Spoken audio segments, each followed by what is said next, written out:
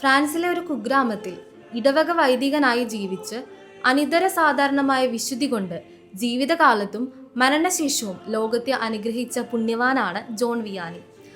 1788 ജനിച്ച് വിശുദ്ധ വിയാനി സെമിനാരിയിൽ ചേർന്ന് പഠനം ആരംഭിച്ചു.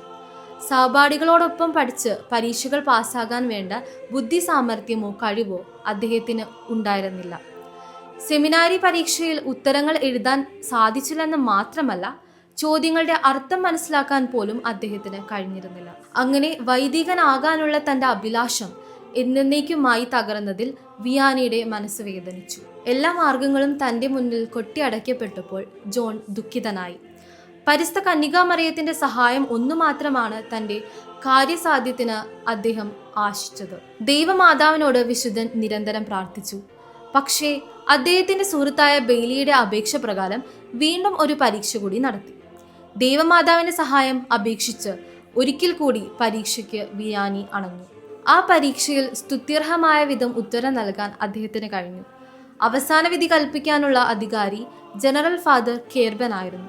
അദ്ദേഹം ചോദിച്ചു, ജോൺ വിയാനി ഭക്തനാണോ? ദൈവമാതാവിനോട് അയാൾക്ക് ഭക്തിയുണ്ടോ? അങ്ങനെയെങ്കിൽ പട്ടം കൊടുക്കാൻ എനിക്ക് മടിയില്ല. ഇത് കേട്ടപ്പോൾ ഫാദർ ബെയ്ലിയുടെയും ജോൺ വിയാനിയുടെയും കണ്ണുകൾ സന്തോഷം കൊണ്ട് നിറഞ്ഞു.